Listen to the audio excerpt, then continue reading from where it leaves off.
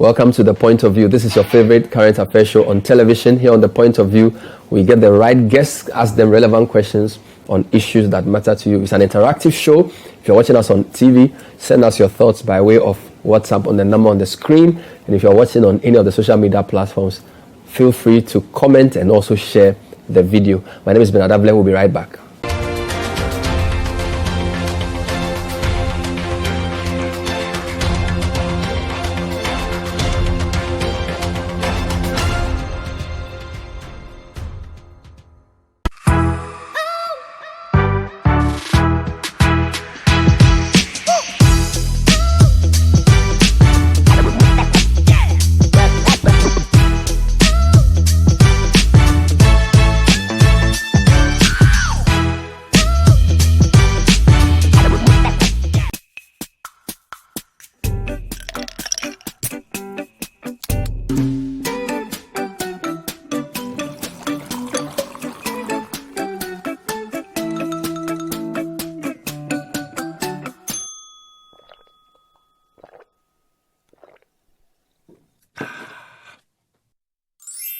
Good Day Energy Drink keeps you going. Available in major supermarkets and shops near you. Excessive drinking can be detrimental to your health. Not recommended for persons under 18 years, lactating mothers, pregnant women, and people sensitive to caffeine. This advert is FDA approved.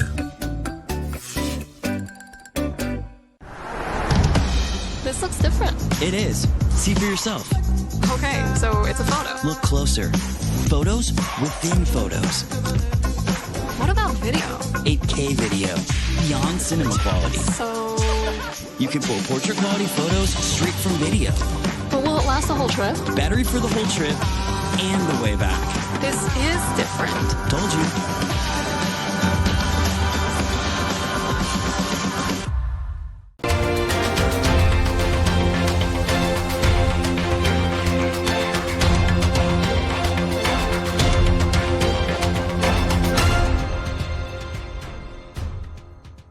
So welcome back to The Point of View. It's been a very eventful first 8 weeks of the year with all the things we saw in Parliament. The election petition has also been done. And of course, the President has delivered the State of the Nation address. He's in the process of forming his government. We want to reflect on Ghana's fourth Republican democracy, not in its entirety, but just looking at the highlights of what's happened in the past few months. My guest for this segment is Professor Gyimah Boadi, who's the founder of the CDD, former executive director, and also, I think I'll call you an emeritus professor, or you know, yeah, sure. Emeritus professor of political science. So you've been working in this good governance space for at least 30 years? Thereabout. Wow. So can I say nothing surprises you, even with all the experience you've had from 93 to 2021? When you look at, for example, what just happened in the election and all the things we've gone through, what's your general impression of where we are? Well, first you ask whether anything has surprised me. Well, what has surprised me is that we haven't gone further than what we are and where we are today. I think we started off on a very good note. We started with basically a controversial transition election, but since then, you know, a lot of water has passed under the bridge. Electoral processes, election administration got significantly improved, made more transparent, made more competitive.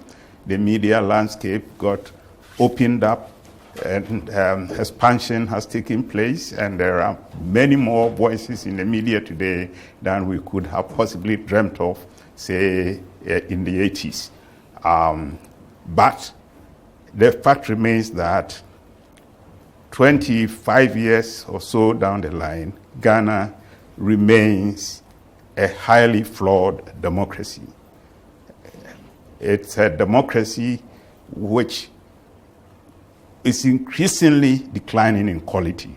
It's a democracy whose dividends, whose very institutions and processes are increasingly captured by few elites, mainly politicians, their parties, their supporters, presidents, their family and friends and cronies, by bureaucrats, by well-placed business men and women, private sector operators, by some media leaders, by some civil society leaders, and so on. It's basically a democracy whose benefits are increasingly being reaped by the few, leaving the rest of society behind, sulking.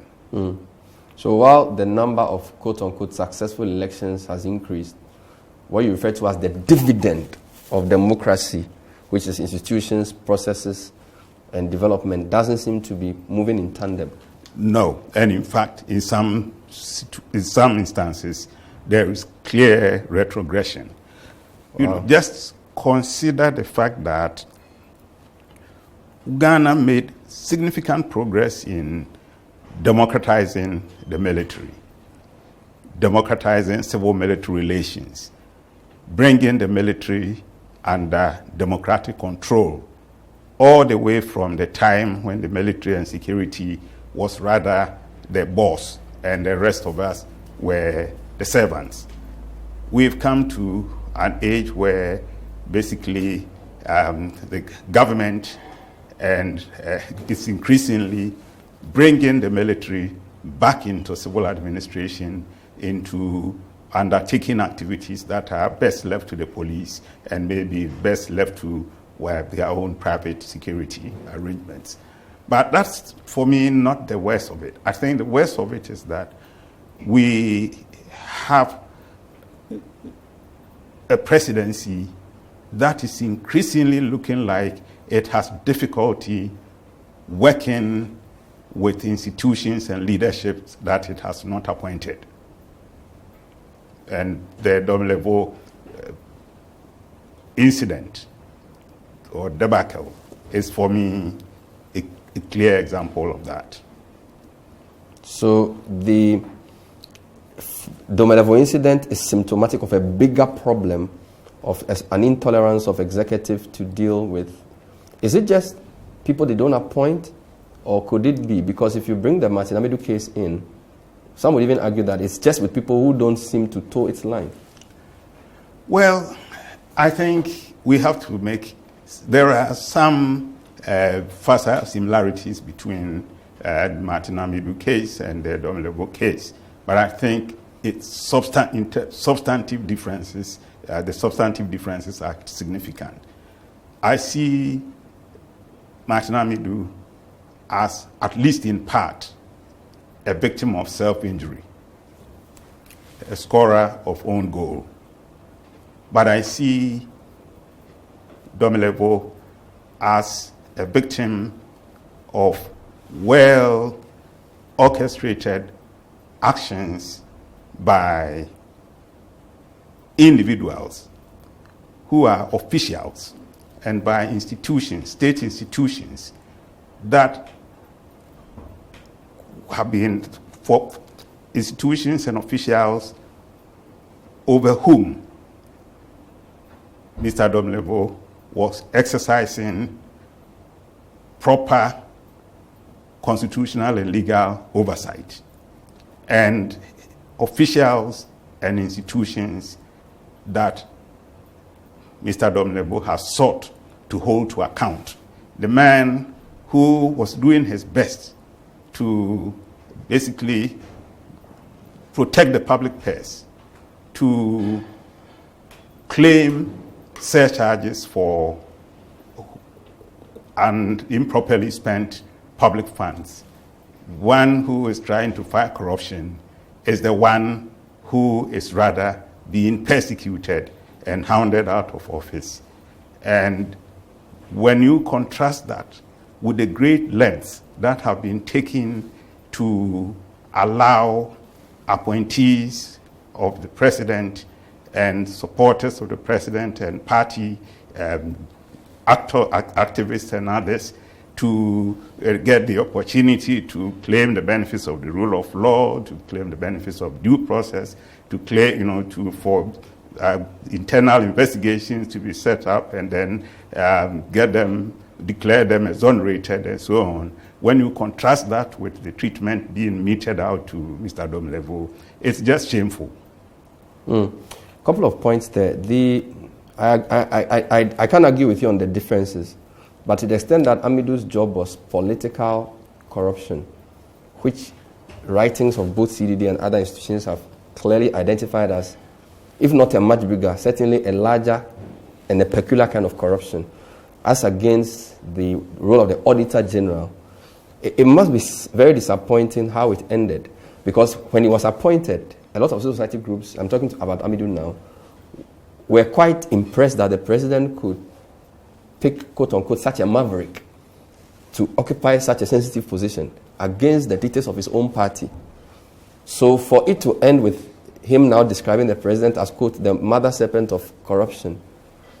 I mean, yes, the Auditor General may have gone with a different path, but in terms of political corruption, it certainly must have been very disappointing. Well, it's disappointing, but it's disappointing for reasons that I believe Mr. Amidu also has to take some responsibility for. In what sense? In the sense that, to my knowledge, he was given adequate resources to work with. And if he wasn't given adequate resources to work with, there were others in the wings to help and to support. And also, he didn't really stay that long in the job and try to fight it out. You know, I'm not persuaded that the grounds upon which he resigned were such strong grounds. Well, what I recall he said was, which was very strong, was that the president was working under the mistaken impression that he, Mr. Amidu, would work as his poodle. So in a sense, his independence was everything to him. And the communication he received in relation to the Gyimah deal from the presidency and meetings held to try and convince him, in his words, to shelve the investigation or the report. And I mean, for an anti-corruption body, independence is everything. So if he says, the presidency didn't want me to assert my independence, I mean, people can link that to the same thing with Domelevo, that in Parliament, they said, how come you don't bring the reports to us before you surcharge and disallow? So the executive, sometimes working with the legislature, try to control these independent people who when they ultimately reject that, they are pushed out. But you see, there's precedents that we must look at. Initially, in the 90s, Sraj was being prevented, or at least being discouraged, from investigating suo motu. Under Mr. Bosman, Sraj began to initiate investigations suo motu. President Kufuor didn't stop him, didn't stop her, but she also didn't wait and see, decide that, well, I believe President Kufuor will stop me, so I won't do it. We also have the precedence of Georgina Wood, Justice Georgina Wood. So there is a scandal, a major drug smuggling scandal. A committee of inquiry, a judicial commission is established by the president, and she's put in charge. She decides that despite the highly sensitive nature of the issue, she would hold public hearings. She could have restrained herself and said, maybe the president wouldn't want me to do this with the public, such a highly sensitive position, but she tested it, and then she got her way. When she finished with the investigation, she decided to share the report with the public simultaneously with submitting the report to the president. Again, she didn't hold herself back and decide that, well, maybe the president wouldn't want me to share this with the public until I've shared it with him and he's done a white paper and maybe whitewash it. She didn't hold such a debate with herself. She did what she thought was the right thing, and the public was the beneficiary and the process was the beneficiary.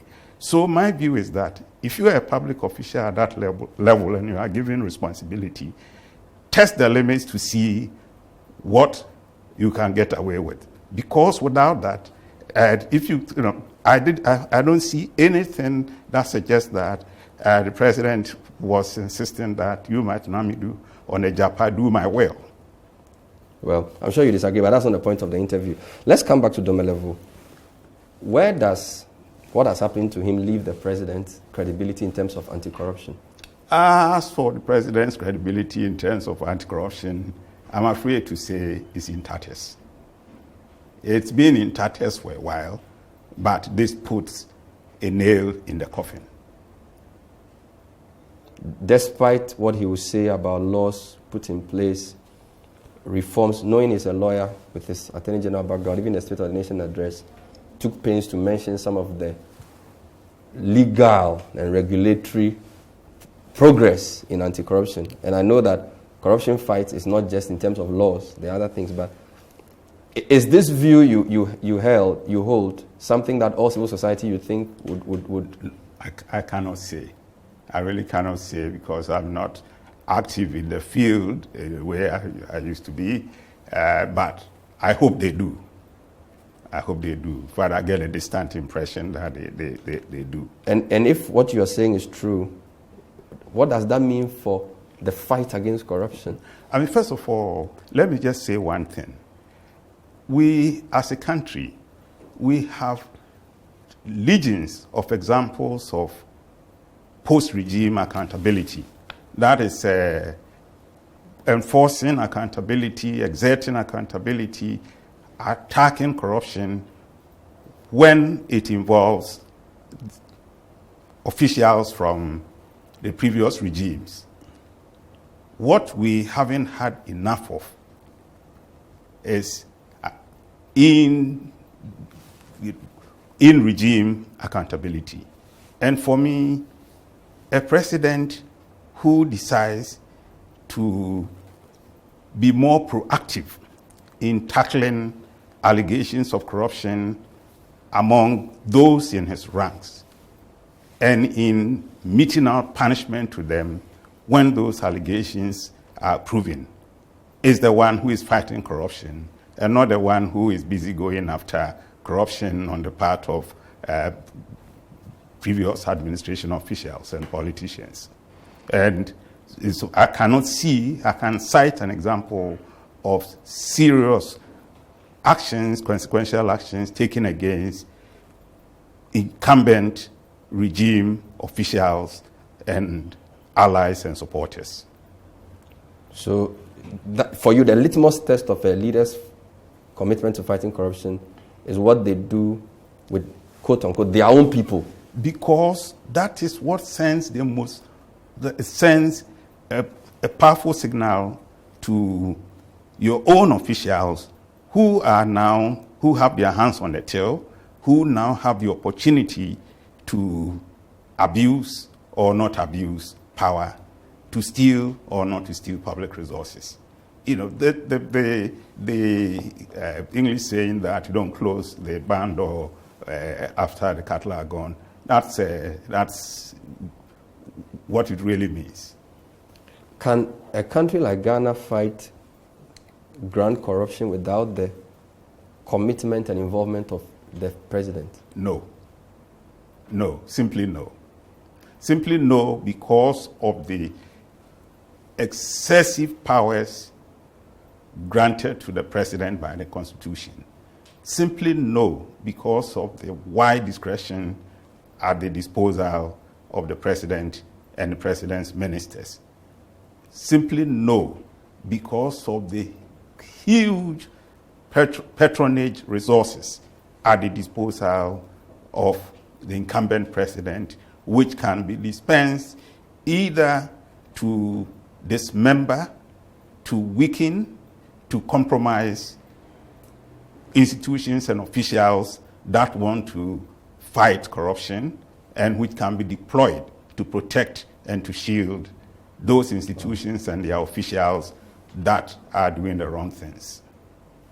Then this means our fight against corruption is on abeyance for at least the next 4 years. Well, and maybe beyond.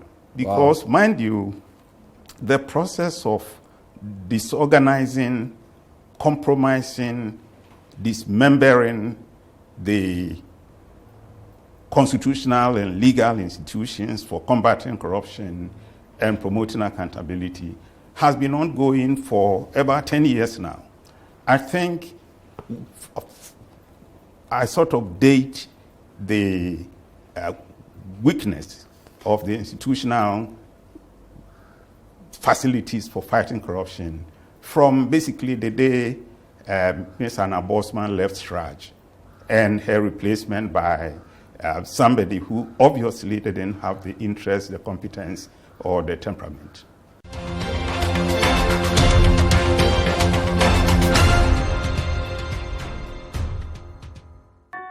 Fellow Ghanaians, the Ministry of Health, Ghana Health Service and partners are introducing a vaccine against the deadly coronavirus. From March 2021, Ghana begins a free national vaccine rollout for all persons 18 years and above, starting with healthcare workers, government officials, security services, the aged, and persons with underlying conditions. The COVID-19 vaccine is safe, effective, and has been tested and approved by the FDA. Please remember, the vaccine is an additional preventive measure, so all existing protocols must continue. Let us continue to wear our face mask, frequently wash hands with soap under running water for at least 20 seconds, or sanitize often and practice social distancing. Stop the spread. Get vaccinated against coronavirus for additional protection and prevention. This message is from Ministry of Health, Ghana Health Service and partners. This advertisement is FDA approved. Bonsoir, monsieur. Madame. Et voilà. Babe, what is this? This is the escargot. The foie gras. Oui. Where did she go? You pa one kasa who say oba say your pay fiedian. It's been long since you ever felt like this. Welcome to the best in Ghanaian entertainment on Akwaba Magic.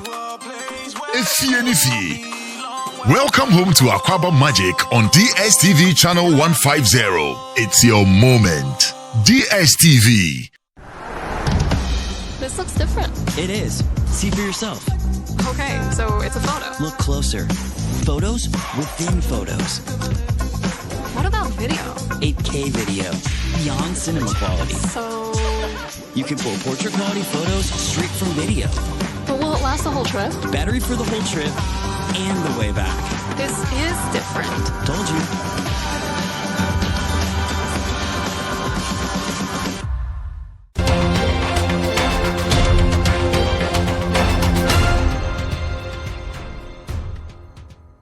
Welcome back. This is The Point of View. We're talking to Professor Gyimah Boadi on his reflections on recent happenings in Ghana and also on Ghana's democracy over the past 26 or so years. Prof, let's talk about January. I'm sure you watched Parliament and its inauguration, the rancor that occurred. Of course, the election itself split Parliament into two, and then we saw what happened with the military entering. Overall, do you see this Parliament as giving you any kind of hope in terms of its split as against previous parliaments? Because we know they are one of the key institutions that help in good governance. So where do you think this Parliament will leave us? Well, I mean, first, just we have to go to the results of the 2020 elections, parliamentary and presidential elections. And I think one of the best things coming out of that election was the almost hung Parliament, together with the significantly reduced vote margin of the NPP presidential candidate. I think those were good outcomes, as far as I'm concerned, because, you know, with respect to the outcome of the legislative elections, one of the things going for Ghana's democracy so far has been the presence of a strong opposition to checkmate the incumbent government and the governing party. That has been actually probably one of the best things we have going for us as a democracy. So to see an parliamentary election outcome that almost gave us a 50-50 split in the legislature was good. And I think we saw an immediate dividend coming out of that in the form of having, for the first time in our experience in this republic, a speaker who does not come from the president's party, and probably, most likely, a speaker who was not the president's choice, as has been the case until now.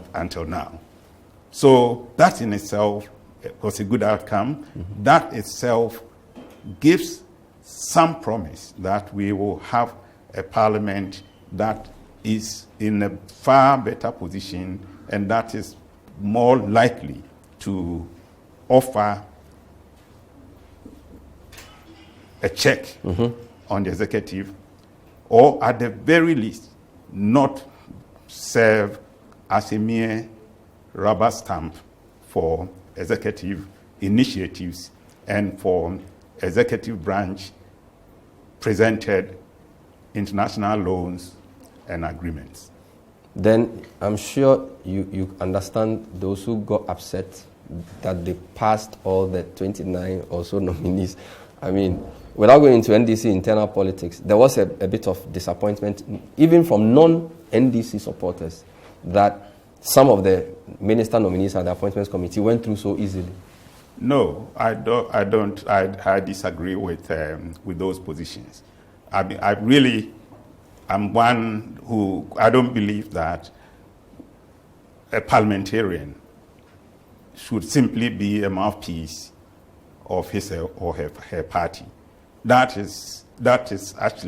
would be a betrayal of the constituency that voted, or the constituency represented by that particular parliamentarian. I think parliamentarians, yes, must broadly reflect the wishes and aspirations and manifesto positions of their respective parties, but they should also have to be statesmen and women. They should also be moral people, ethical people, who should be able to discern right from wrong.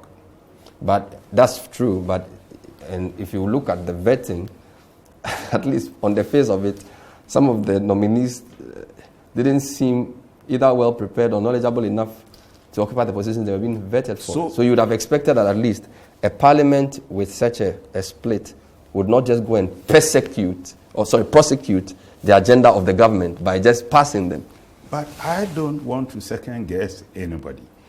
The point is that they must have been looking at a whole range of issues with each nominee. If you are MP from, say, the coastal belt of from the Wutu Senya area where the fisheries minister comes from, you have, one of the things you have to ask is, well, are your interests as an MP the same as an MP from the cocoa belt? Are your interests the same as even an MP from the Ghana Dangbe side, the coastal side of Ghana? So I really want to respect the independence, the right of MPs to make independent judgments. Secondly, I think regardless of the final vote, the interrogation that was done of the nominees, especially by the minority, helped to educate us, the public, about the president, some of the president's appointees, and it's for all of us to make a judgment whether the president is taking us seriously or not by nominating some of these people. Why should we put the burden of judgment only on parliamentarians? We are all judges to see. They have 4 years to do their work. I hope we exercise the right judgment at the end of the 4 years when we put it out, we put everything together, see a ministerial nominee who appeared so obviously incompetent, who somehow managed to pass through, and who I think after 4 years, we'll know. I get that point, Yeah, and I can't begrudge you for that. So the Parliament's job is not just to approve or disapprove, but also unveil. Unveil, and they did a lot of unveiling. The question we should be asking ourselves is, what have we done to follow up on some of the unveiling that was done? If for nothing at all, it has put question marks on the heads of some of them. I hope we are going to seek answers to those questions that have been raised. But Prof, while I agree with that, my only pushback is, what about the loans? You can also unveil and say this deal is not in the interest of the nation. But if they will use the same principle of our job is to unveil and as much as possible vote based on other considerations, then because we're saying they are supposed to also be a check on the executive. You know the number of loans that come through certificate of urgency. Some don't go through the right procurement processes. If all Parliament does is unveil, we are doomed. Yes, but it helps for them to unveil than not to unveil at all. We've seen parliamentary vetting processes that were far more shambolic than this one. And this one, you and I would agree, has had a lot more substance than some of the previous ones. Mm-hmm. It's helped us to know and to understand some things about these individuals and maybe about the person who nominated them in the first place. Let's take that home and work with it. Let's talk about the election petition. Does having more than one petition now add anything to our democratic credentials, so that we've had 8 or so elections in the Fourth Republic, we've had 2 courts? Is it good? Or is it I don't know, if I were to give you a chance to, does going to court an election petition serve any purpose for a democracy, or is it more of a sign of bad election management? Sure. Just first, let's go back to what Sigmund Freud is reported to have said about the first person who invented civilization. Is the one who uttered the phrase "F you." So that is to say that it's always better to judge than to war. It's always better to go to court than to be in the streets or to go to war in order to settle an election dispute. So that's part of our progress, and I take it and I appreciate it. But having said that, there was a whole rancor around initially go to court when the demonstration started, and they did go to court. I'm talking about Mahama. But again, I'm not a lawyer, but there's a view that the composition of the Supreme Court panel, for example, they said in the previous case, 2013, the Chief Justice didn't sit, but in this case, he chose to sit. In the previous case, it was 9. In this case, it was 7. And they felt that almost all the judges were appointed under the government. So they felt it wasn't a fair panel. Are we at liberty to comment on those things from the outside, or do we need to be players in the judicial system to understand the consequence of such things? Well, I'm not being a lawyer. I guess I'm among those who may be deemed disqualified to talk about the legal and juridical aspects of this matter. But I'm speaking to you as somebody who has been involved with the Coalition of Domestic Election Observers, and particularly has been involved in the running of parallel vote tabulation processes in a country. I have to tell you that I didn't believe the NDC had a case right from the beginning. So I'm not surprised by the outcome.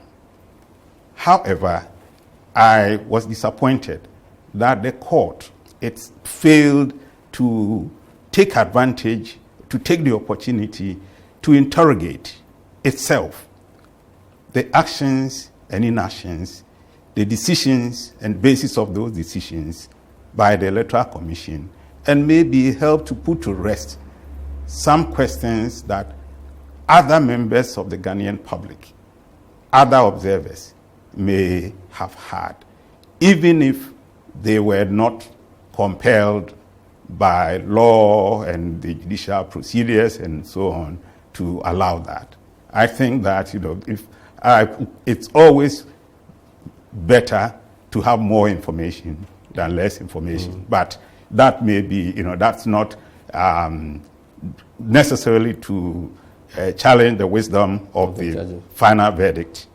Because I've heard some NDC loyalists say, well, they don't see the point in going to court because, according to them, at every junction in the case, they call it unanimous FC.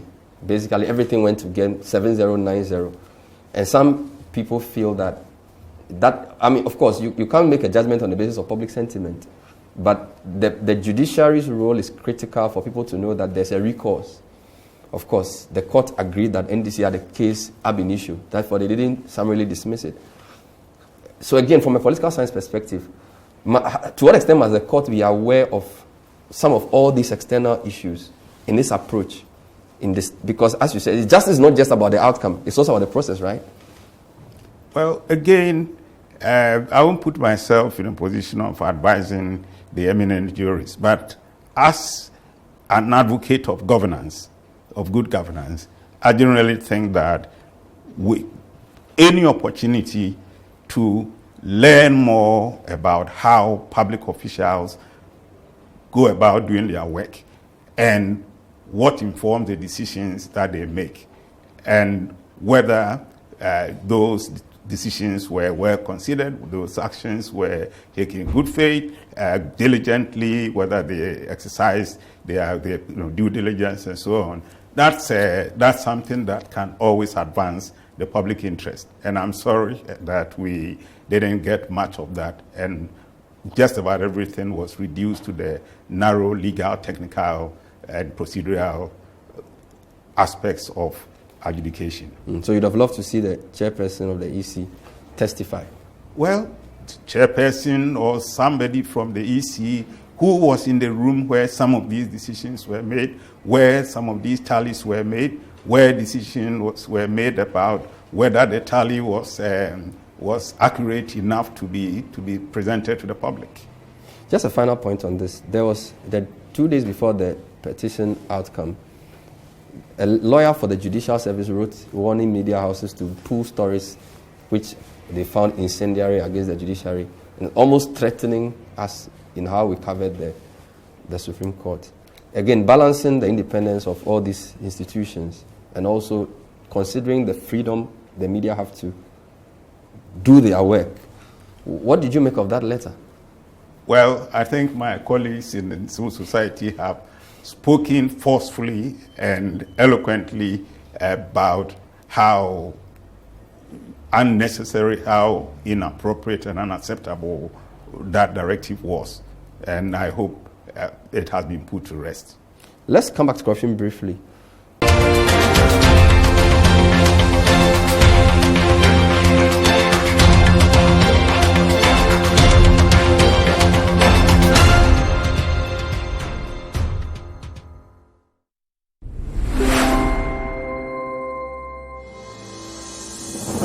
Do not drop that winners. The fight is still on. Constant disinfection is still very pivotal in the fight against COVID-19. Call an expert today on 020-300-4055 or 050-126-5426 to ensure your space is disinfected.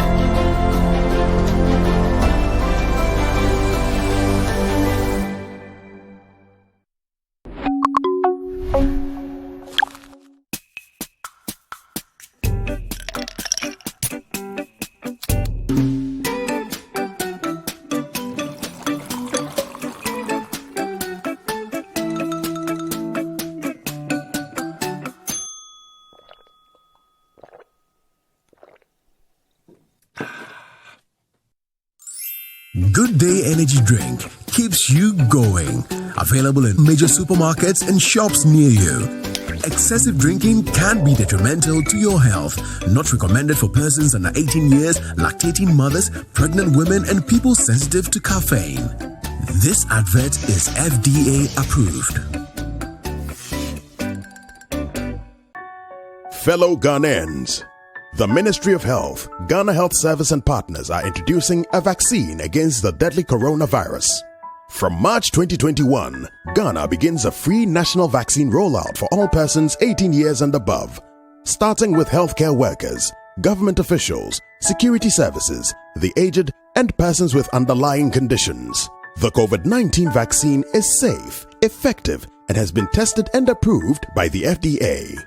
Please remember, the vaccine is an additional preventive measure, so all existing protocols must continue. Let us continue to wear our face mask, frequently wash hands with soap under running water for at least 20 seconds, or sanitize often and practice social distancing. Stop the spread. Get vaccinated against coronavirus for additional protection and prevention. This message is from Ministry of Health, Ghana Health Service and partners. This advertisement is FDA approved.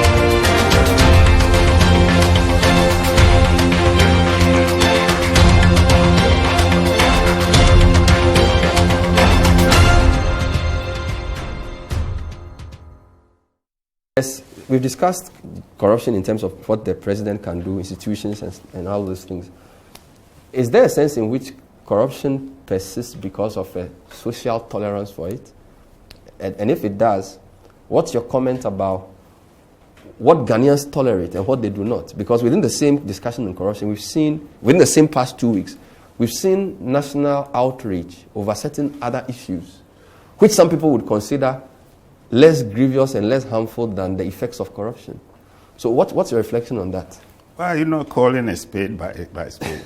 I mean, it's about the crazy outrage that have been sparked against LGBTQs and sexual minorities when, in fact, at the same time that there are so many offenses against the public interest, offenses against innocent Ghanaians. I mean, for one thing, I can't understand how anybody would be more outraged by activities between two consenting adults and nobody has complained to anybody. A third person is in his or her somewhere, is all upset. Meanwhile, we don't get nearly upset when people prey on innocent young children in the form of pedophilia. We are not morally and politically outraged when people and officials who are paid, who have been appointed to state positions, public positions, who are paid from taxpayer and public resources, gleefully and egregiously abuse their office, loot the office, leave all of us deprived of the services that we should have had, the quality of roads that we should have been riding on, and porous infrastructure we suffer from year to year. That doesn't seem to upset us as much as these other private actions of some individuals. Just imagine that the week in which this national frenzy, anti-gay frenzy, was aroused.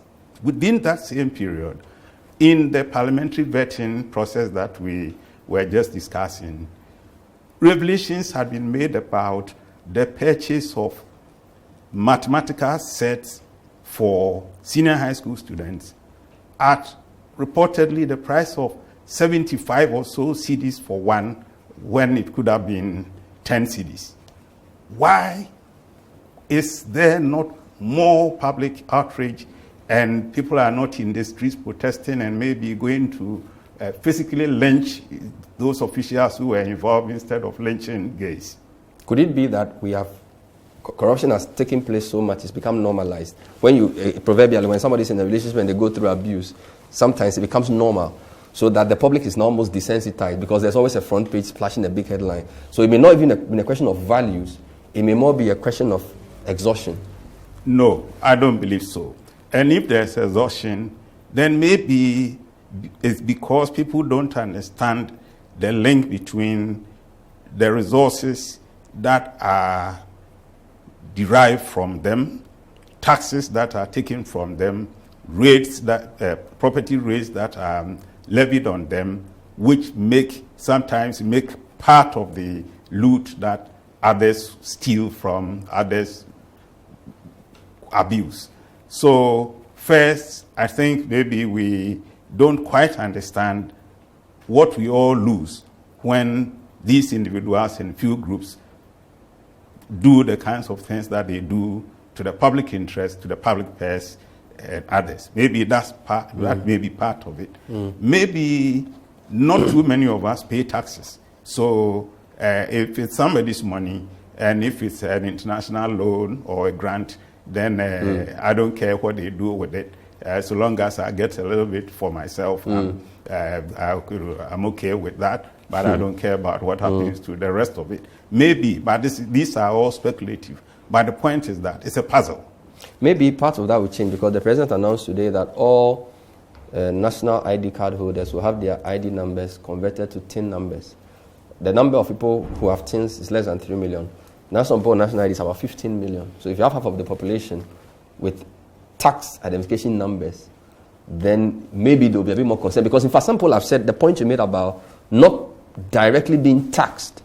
Therefore, because in certain countries, for example, Scandinavia, half of your income is taxed. So people get more concerned about how the public purse is used. So in a sense, this could be the solution. That once more people contribute, they will get more angry. It will help a lot.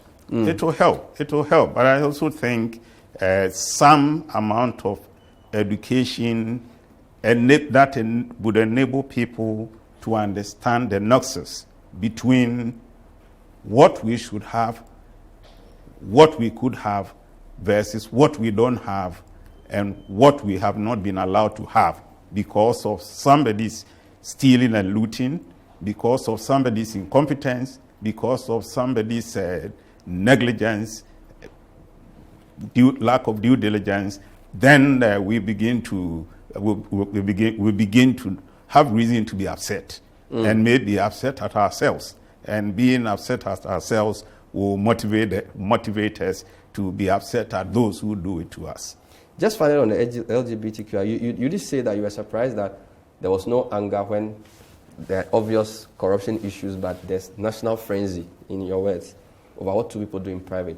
For some of the people who are intolerant of it, the main argument is the promotion, because we are told that, and we do know, that people of other sexual orientations have existed with us peacefully and cordially in Ghana.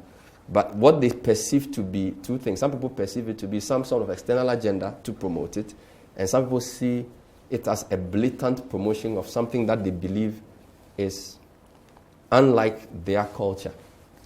So, first of all, the idea of, I want us to look at two things. The idea of promotion and then the idea of foreign promotion. And I want to take foreign promotion because it's the easiest to deal with. There's been a lot of foreign promotion, external promotion that has been good for us. I am involved with Afrobarometer surveys. One time we asked a question about a man's right to beat his spouse. You can guess, a majority says yes, it's right. A man has a right. Hopefully this was many years ago. Well, not that many years ago.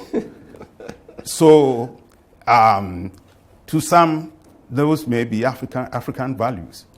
But there are many international NGOs, there are many bilateral partners who have devoted a lot of resources to helping us fight this ill, who have devoted resources to helping us fight the maintenance of witch camps in the north, that were devoted efforts and resources into helping us to fight against truculence in some parts of the country. The pro-democracy and good governance advocacy, including CDD, Afrobarometer, we've all benefited from foreign promotion. So foreign promotion itself is not a bad thing. Foreign promotion against evil things, against a lifestyle choice. Wait, evil, as you use it, is a theological concept. It's not a political concept. It's not, evil is a theoretical concept. No, I didn't use the word evil. You said so. You said, you quote unquote whatever they consider evil. So that's not what we are talking. I don't know. So the state has no role in morality, but the state can So, but that would be different, interesting, because there's states punish bad and reward good, which is why we have the penal system. But I want to come to the promotion part. Yes. Because, again, if you know a bit about history, promotion of abolition of slavery has been a part of the story of abolishing slavery. Promotion of the right of persons, with different pigmentation, albinos, whatever, has been part of the story of emancipation and protection, legal and constitutional protection. Civil rights. So my whole point is that to criminalize promotion itself is to criminalize free speech, free association, and so on. And that has no place in a civilized society, let alone a democratic society. It simply has no place, and I think we should put a stop to it completely. Otherwise, how? Where in the world? Put a stop to what? To the idea of saying that you are stopping somebody from promoting a non-crime. Fair enough. Let's end with the future of our democracy. You said at the beginning of this interview that in some areas we've done a bit better, but in some areas we've retrogressed. What sort of danger does Ghana face if things continue this way? First is alienation. Alienation from the democratic process. Disaffection, discontent will ruin the whole democratic project, will ruin the state-building project, will ruin the nation-building project, and will certainly ruin economic development. Wow. Alienation, disaffection, and discontentment will ruin the project. Yes. It is that serious? Yes. What one or two things have to urgently change for this course to be reversed? At the minimum, we have to find a way to credibly regulate the vast discretionary powers at the disposal of our presidents and their ministers. At the minimum. It would be great if we can make some strategic changes in the Constitution, and especially those aspects of the Constitution that needlessly overpower the presidency, the president, and the executive branch, and undermine the institutions that are supposed to oversight the presidency and the executive branch. At the minimum, if we can just pick, not wholesale constitutional reform as we try to do, but just pick one or two areas where change would mean and open the way for major progress. Wow. Thank you for talking to us, and thank you for sharing your perspectives with us. What do you do these days? Because I get a sense you've limited your role in public life, and I've also seen that leadership transition in CDD with its various wings. So what does an emeritus professor do these days? Oh, no. You know, when I phased out of CDD, I moved I continue to lead the Afrobarometer. Yes. And I'm transiting from the Afrobarometer, from the leadership of the Afrobarometer also, hopefully next month. But I will continue to do research. I'll still continue to do analysis of democratic and political processes of Ghana and Africa. I'll continue to do advocacy and so on. But just these transitions are very intensive. They are extremely intensive. They require maximum concentration. And so I see them as some sort of giving birth. Thank you, Prof. Always good talking to you. You're most welcome. We've been speaking to the co-founder, executive director for many years of CDD, now runs the Afrobarometer, Professor Emmanuel Gyimah Boadi, who's been very kind to talk to us about a wide range of issues. This is a point of view. Thank you for watching.